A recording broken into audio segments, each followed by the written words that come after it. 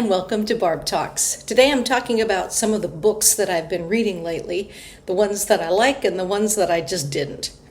Well, one of them is called The Skin of Our Teeth by Thornton Wilder. And I read a lot about this. It sounded like an interesting book.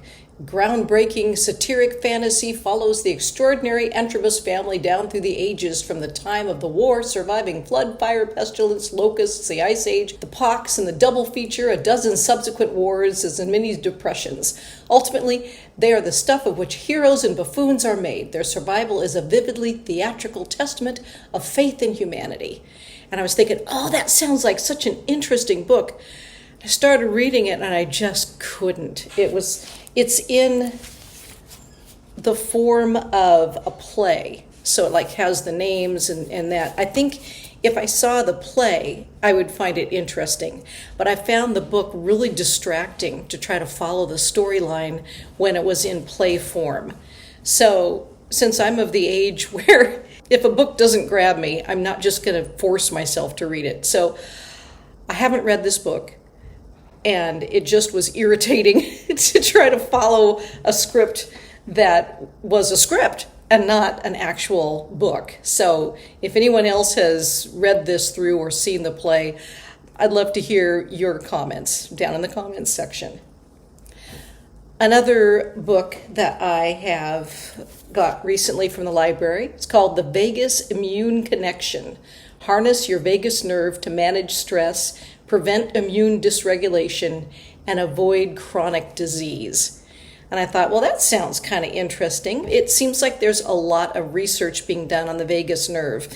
It starts in your brain and it goes through your body and your digestion and all over. And there can be a lot of disruptions of your vagus nerve that can cause things you wouldn't expect them to cause. For instance, I had a gallbladder problem.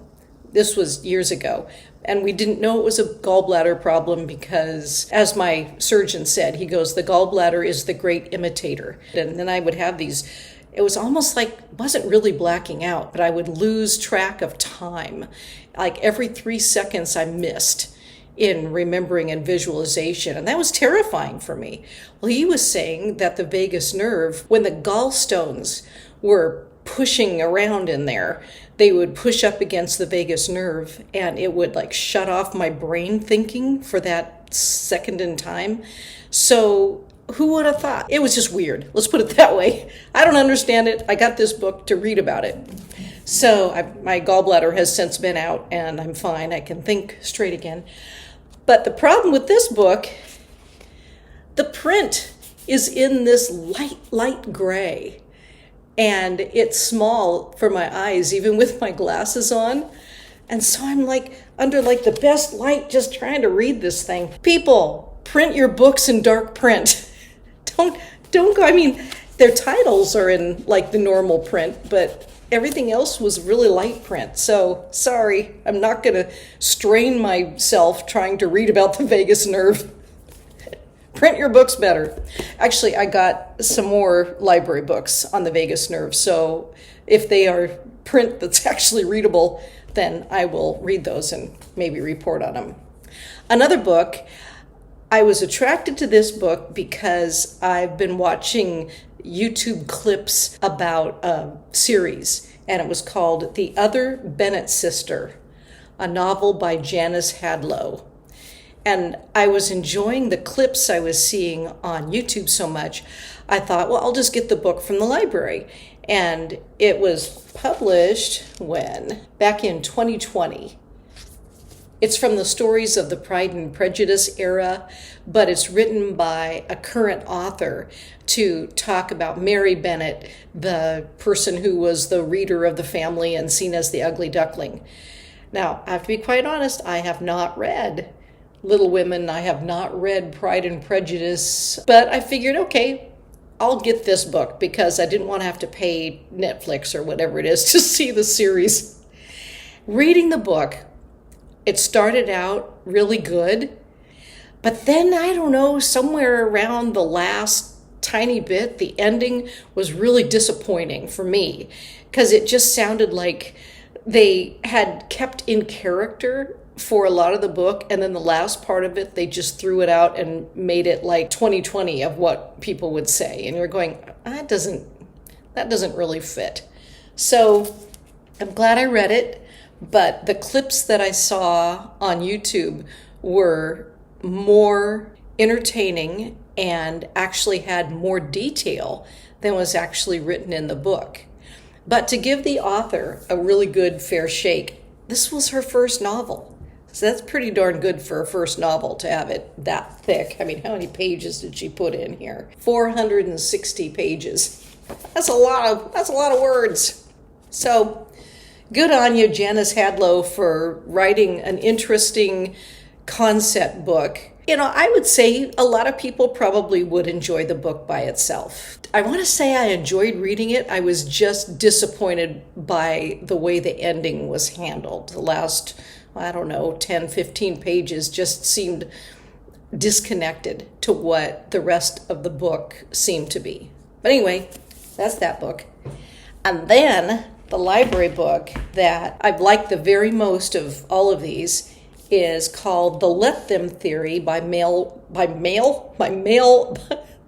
Let Them Theory by Mel Robbins. And I've seen a lot of people and heard a lot of people refer to this book. And they usually just say, just let them do what they want. Just let them, kind of like, let it go, let it go. And reading it myself, it's more than just let them do what they want. It's kind of like, okay, if somebody else is bothering me, just let them be who they are. That's basically the template of this. But it also, the other half of it that I haven't heard talked about is the let me, meaning, yeah, they do them, but I get to make choices for myself. And if I don't like their behavior, I can set boundaries, or I can leave, or I can make other decisions. If I don't like a job, instead of just complaining about the job or complaining about the people I work with, I can let them be who they are, but I can make other choices. So that I appreciated. But I have to admit, this book was kind of prickly for me, and probably because I have found myself, as I've aged, being a little more judgy. And I've watched other people as they've aged and thought, man, it's like people get old and they just get crotchety. And I'm thinking, yeah, I'm seeing that in myself now. And this book is one of those books, I think, that will help us in our older years, I wouldn't say older years, but again, anybody who's feeling themselves getting a little bit judgy about other people, I think this would be a good book to read. But yeah, sometimes I thought I was being poked, going, like, has she been listening in on my conversations? And she is very honest about her own things that she does that irritate other people, especially her husband and family. So she's ADHD, and so she doesn't pick up after herself, and she is always late to appointments and that kind of thing.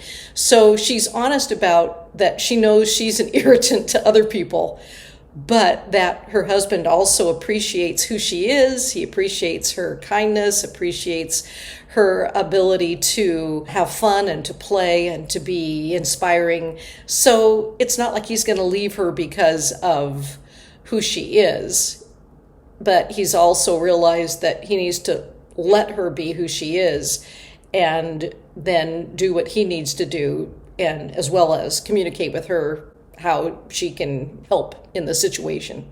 So yeah, it's a really fine line between being mad at people for bugging you and finding a place where you can be on the same page and get along. And that's pretty much what this book is about. And I hope that as I age, it will help me not turn into the get off my lawn person. Right now, I'm inviting people to be in my yard, so I'm not there yet, which is a good thing. But if you haven't read this book, read it all the way through. The beginning part of it, for me, it just felt like she was picking on me. It's like you're letting other people control your life because of their choices, and you need to just let them do their choices. So it's kind of like, but as I read through it and got to the let me, and then some of the other things in there, the other methods in there, there's some good stuff here. So if you're wanting to read a book that will kind of make you rethink maybe some things and allow you to let go of some of the burdens you've been carrying of trying to be responsible for people you have no power over being responsible for anyway, this is a good book. I also like that she points out, if you're a parent, you just can't let your kids do whatever they want. There is rules about who you can let do what.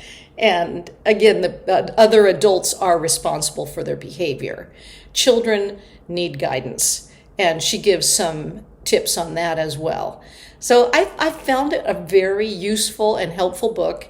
And this one is the one that I recommend the highest from my list of books. What are you reading lately? What books are on your bedside table or are causing you to reconsider some things that you maybe have been struggling with, or just opening up your mind to some new concepts? If you have any books that you've been enjoying, go ahead and leave them in the comments below.